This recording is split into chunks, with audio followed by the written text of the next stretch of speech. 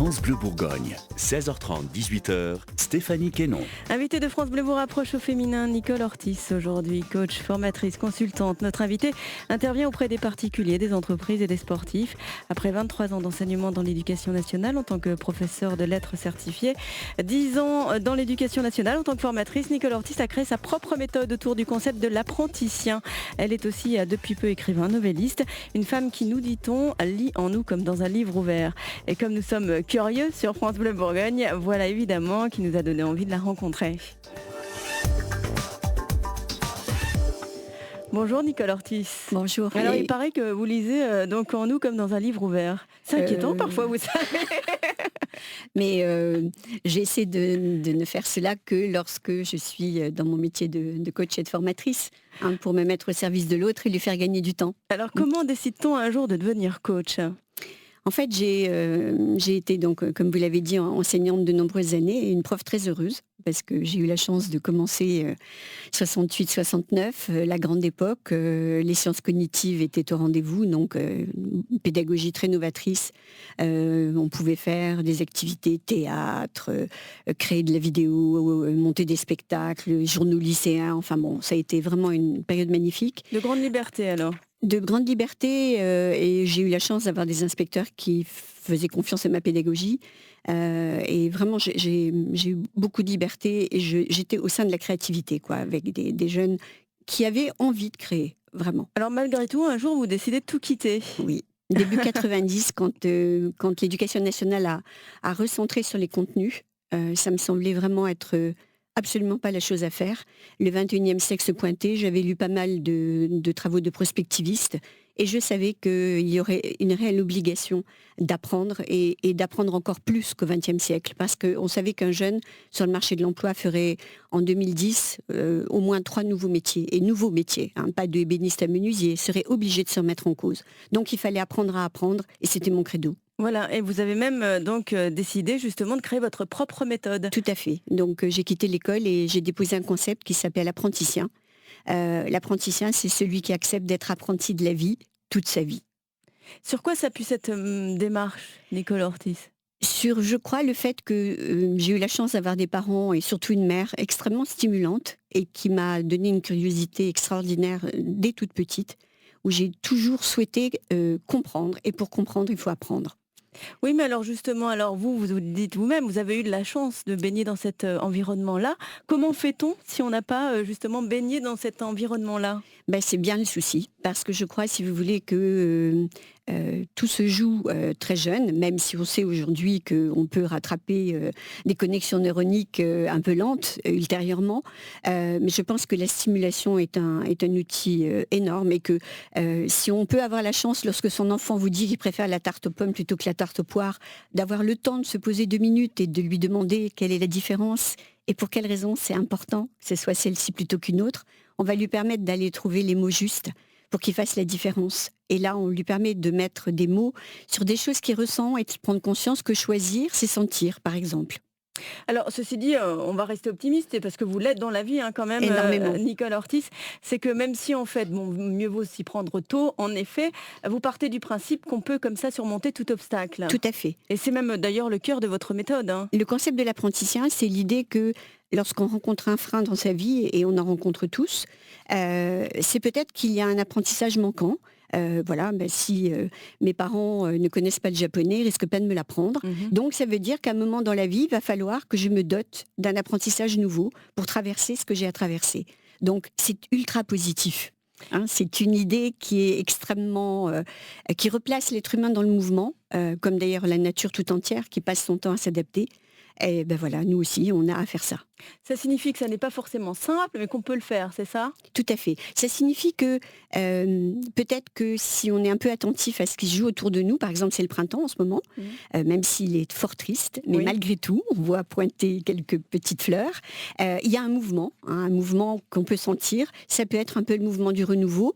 Peut-être qu'en étant attentif à ça, on peut sentir dedans nous que peut-être on a aussi besoin de renouveau dans nos vies. Ça veut dire que vous recherchez les freins chez les gens, c'est ça, pour je essayer de les élever ? Je les écoute, je les observe beaucoup.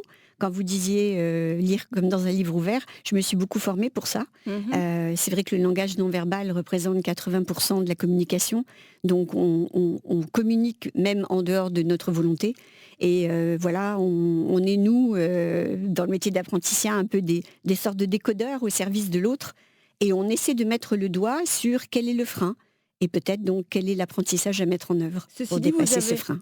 Ceci dit, vous avez aussi créé des outils justement pour aider les gens à avancer, et ça c'est primordial aussi que d'avoir des outils à disposition. Tout à fait. Donc nous avons un site aujourd'hui qui s'appelle l'Apprentissien justement, où les gens peuvent acheter des CD-ROM, des fiches pédagogiques, je pense beaucoup aux enfants, pour les parents qui veulent aider leurs enfants scolairement, comment aider à mémoriser une leçon, comment mieux écouter en cours, et puis surtout, enfin ce dont je suis extrêmement fière, créer un jeu qui a été effectivement je crois un petit peu l'aboutissement de tout ce travail de recherche depuis des années, qui est le jeu de l'Apprentissien et qui permet aux gens, de façon très ludique, d'apprendre à mener des projets. Alors un jeu qu'on peut utiliser partout.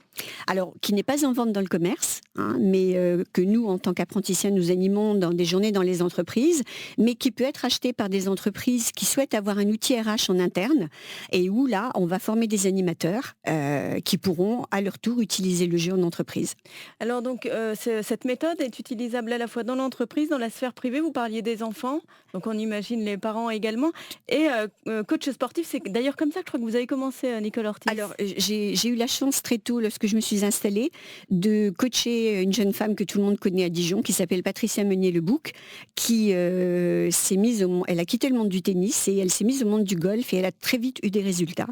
Et elle a très vite senti que la préparation mentale était sans aucun doute essentielle pour elle. Et je l'ai coachée pendant 13 ans. Et grâce à ses résultats, puisqu'elle a été numéro 1 mondial en 2005 au Nabisco Championship aux États-Unis, j'ai donc été connue dans le monde du golf, où j'ai écrit beaucoup d'articles dans les journaux golfiques, et où aussi je me suis occupée de teams de golf professionnels. Donc ça a été une période très riche, beaucoup de voyages pour accompagner les teams de golf dans les prépas d'hiver, et beaucoup de voyages auprès de Patricia, où j'allais 2 fois par an aux États-Unis pour la coacher. Elle a été votre meilleure carte visite alors. La meilleure carte de visite, et elle l'est toujours, parce qu'elle a une façon de s'exprimer qui fait la différence en tant que golfeuse quand elle parle du golf. Elle a une façon d'en parler qui est hors du commun. Nous reparlerons tout cela avec vous dans quelques instants, Nicole Ortiz. À tout de suite. Merci. France Bleu. France Bleu, un invité tous les jours au menu. Bonjour Lyon. Bonjour. Le meilleur régime pour garder la forme sans perdre le fond. Tears for Fears et Lyon, le duo de France Bleu Midi. France Bleu Midi, avec Denis Farou, la semaine à l'heure du déj sur France Bleu. Et à table, Les théâtrales de Marsanet et France Bleu vous présentent Coup de foudre le 2 mai à 20h30 à la maison de Marsanet-la-Côte. Retrouvez sur scène Maurice Rich et Patrice Laffont dans une comédie débridée et hilarante. Coup de foudre le 2 mai à Marsanet, gagnez vos invitations sur France Bleu Bourgogne. Avec France Bleu Bourgogne, gagnez vos invitations pour le Zénith de Dijon.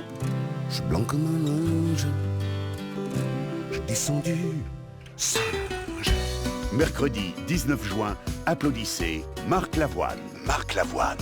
Plus d'infos sur notre site internet www.francebleu.fr. Je descends du singe.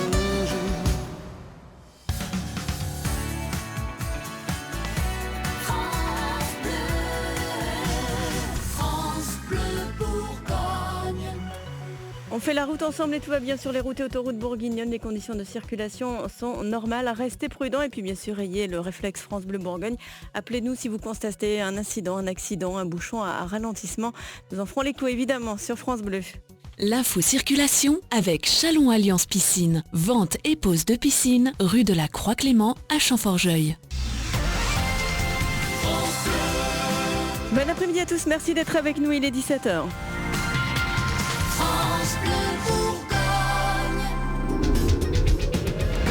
L'info vue d'ici, Jackie Page. Bonsoir Jackie. Bonsoir Stéphanie, bonsoir à tous. La mise en service le 8 décembre dernier de la ligne T2 du tramway dijonnais n'a pas fait que des heureux. Elle a entraîné aussi une refonte de certaines lignes de bus et la disparition de la Liane 2. Des modifications qui ont changé le quotidien des habitants du quartier d'Ibouroche à Dijon, de la route des Grands Crus à Chenôve, mais également de Marsanne-la-Côte. Depuis, les riverains ont alerté les pouvoirs publics pour remettre en cause les tracés des lignes B14 et B15 qui ne correspondraient pas aux besoins de la population. Et à la mi-journée, un collectif d'usagers a été reçu au Grand Dijon par André Gervais, le conseiller délégué en charge de la mobilité. Jean-Louis Boisson, porte-parole du groupement d'usagers, au micro de Pierre Loriot.